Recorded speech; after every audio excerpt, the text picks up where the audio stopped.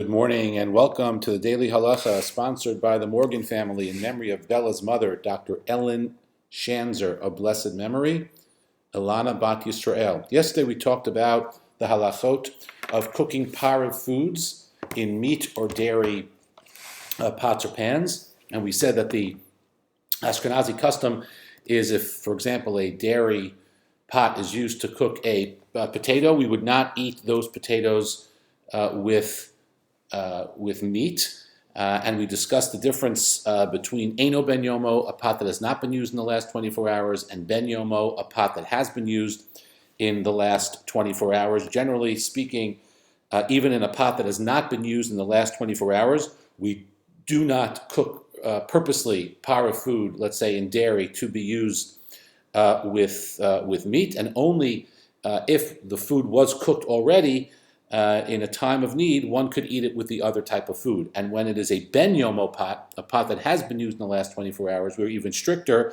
and would not allow it even if a mistake was made.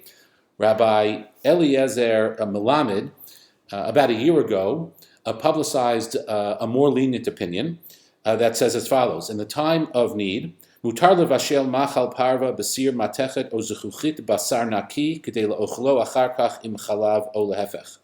That in a time of need, I guess if one does not have other pots or pans available, it would be permitted, for example, to cook a par of food, a potato, for example, in a glass or metal meat pot in order to eat it with dairy, or vice versa. And the reason, he says, is because it's clear beyond the shadow of a doubt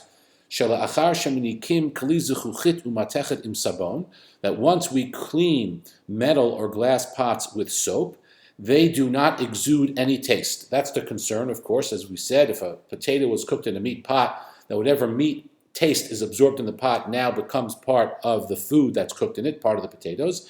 He says once it's cleaned with soap, there is no concern of that happening.